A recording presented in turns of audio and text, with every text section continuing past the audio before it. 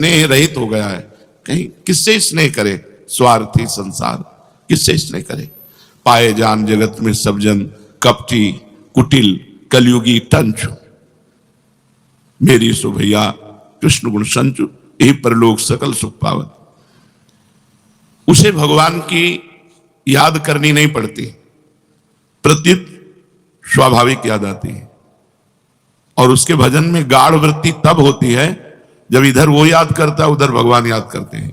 यथा माम प्रपद्यन्ते तास तथैव भजाम्यहम्। वो भज रहा है और प्रभु उसका भजन कर रहे हैं, और दोनों प्रेम में मगन हो रहे हैं। गाढ़ स्थिति, उसको कभी विस्मृति ही नहीं होती। तो ऐसे मेरे मन वाला बन।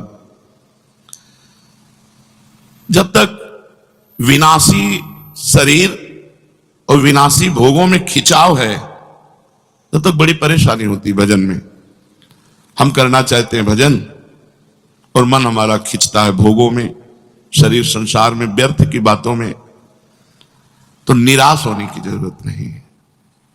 जिस साधक की ऐसी स्थिति है कि वो भजन तो करना चाहता है, भजन के लिए जीवन अर्पित किए है, भजन में बैठता भी है, पर भजन में मन नहीं लगता, मैयासक्त मना वो नहीं है, उसका मन भोगों की तरफ खींचता है।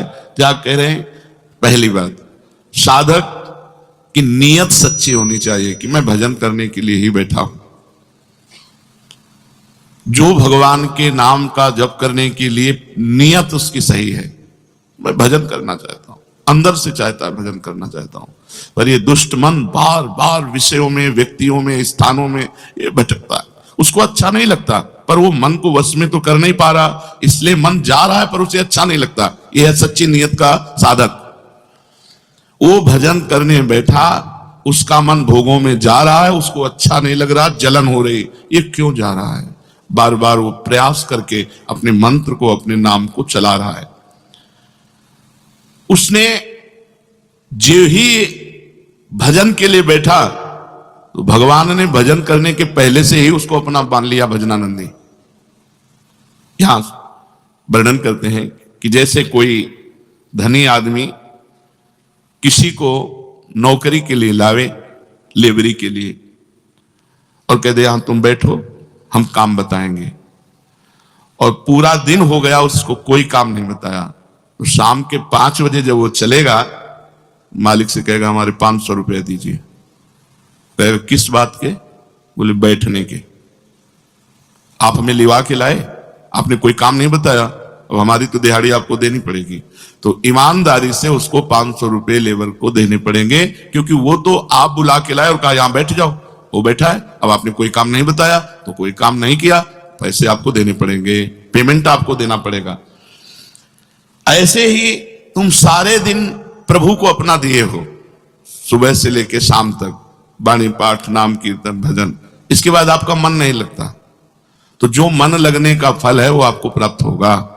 भगवान बेईमान नहीं है, भगवान ईमानदार है, और भगवान सर्वज्ञ है, जानते हैं कि ये मेरा भजन करने का प्रयत्न कर रहा है, पर मेरी दुरंत माया के कारण इसका मन भजन में नहीं लग रहा है। तो भगवान उस साधक को भजन का वैसे ही फल देते हैं जैसे फल मन लगने पर।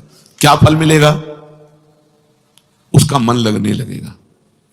भजन का फल क्या मिलेगा? उसका मन लगने लगेगा। पहला, ईश्वर अनुग्रह, ये अनुभव होगा उसको, मेरे ऊपर भगवान की बड़ी कृपा है, मेरे ऊपर भगवान की बड़ी कृपा, श्री जी की बड़ी कृपा है, ये बार बार अनुभव होगा। भगवद अनुग्रह अनुभव पहला। और दूसरा फल क्या होगा? भगवान की सत्ता में अपने को लीन देखना, ये फल मिलेगा। जो ईमानदारी से भजन करने में बैठता है पर मन नहीं लगता, तो मन ना लगने पर भी उसे कुछ दिनों बाद ये अनुभव होने लगेगा कि श्री जी की हमारे ऊपर बड़ी कृपा है, और फिर श्री जी की मधुर महामंगलमय रूप में वो लीन होने लगेगा, अपने आप मन उसमें लगने लगेगा। इसमें भगवत जो दर्शन है, इन इंद्रियों की ताकत नहीं है कि भगवान के दर्शन करने, जो अभी इंद्रियां हैं, नाम जप के द्वारा, मंत्र जप के द्वारा इनका मार्जन होता है, इनमें चिदानंद ताकत आती है इन इंद्रियों में। स्थूल इंद्रियों से भगवत रूप दर्शन नहीं किया जा सकता, जब भजन किया जाता है, डट के भजन, तो इन्हीं इंद्रियों में चिदानंद सामर्थ्य आती है। और इन्हीं नयनन सब सुख देखे, अपनो जन्म सुफल कर लेखे, उसे अनुभूति होने लगती है। अपने हृदय में भगवान युगल सरकार की या जो जिस भावना में है उसको उसी भगवत रूप का अनुभव होने लगता है। जब भजन करता है और यह अनुभव होने लगता है कि प्रभु की हमारे ऊपर बड़ी कृपा है, धीरे धीरे मन प्रभु में लगने लगा, तो अब झांकी आने लगी। वो जिस उपाय से प्रभु के नजदीक पहुंच रहा है, वो उस उपाय को प्राणपन से पकड़ लेता है। उसको समझ में आया ना, इससे फायदा मिला, इससे हमें आनंद मिल रहा है, जैसे नाम जप, मंत्र जप।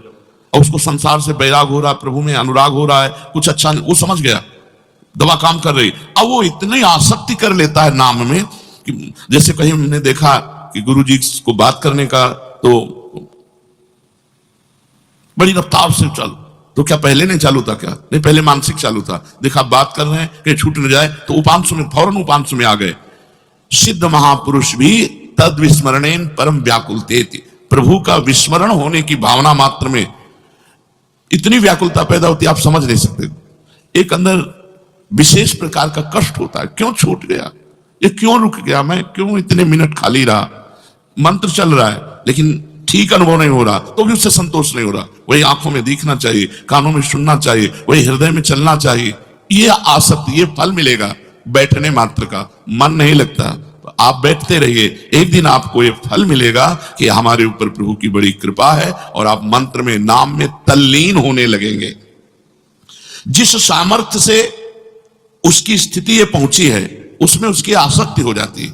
राधा नाम में, निज मंत्र में, राधा वल्लभ सिंह हरिवंश नाम में जिसकी उस वृत्ति चली और उस वृत्ति से उसको ये लाभ मिला, उसमें उसकी आसक्ति हो जाती है।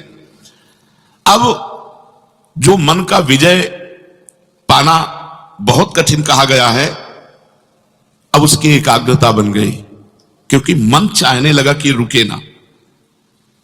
समझो, जैसे जैसे भजन आपका बढ़ेगा तो मन चाहने लगेगा कि भजन न रुके। जब मन चाहने लगेगा भजन न रुके, तो अब मन को रोकना नहीं पड़ेगा, अब मन स्वयं भजन पकड़ेगा। वैसे कुछ दिन भजन तुम पकड़ो, फिर तुम्हें भजन पकड़ लेगा। वृंदावन की विशेष महिमा है, यहां फिरे स्वार्थ आपने, भजन गहे फिरे बाह। पर कुछ दिन डट के भजन करना पड़ेगा। सच्चा वैराग्य और दीर्घ काल तक, दीर्घ काल माने बहुत लंबे समय तक भजन का अभ्यास, इससे ये सिद्धि प्राप्त होती है। स्वयं भजन चल रहा है, अपने आप भजन चल रहा है, वो केवल देख रहा है, सुन रहा है, बस शांत। जैसे जैसे शोरगुल आवाज होती है, वैसे वैसे मंत्र की ध्वनि और जोर से होती है। उसके मंत्र ध्वनि में अंतर नहीं अगर अंतर पड़ने लगेगा तो टिकेगा नहीं, वो तुरंत हटेगा, क्योंकि उसकी जो बात बनी है वो उस अंदर के चिंतन से बनी है। अब वो अंदर का चिंतन नहीं छोड़ सकता, उसके लिए बहुत बड़ी बात है। अंदर का चिंतन छोड़ना मानो प्राण निकल जाए।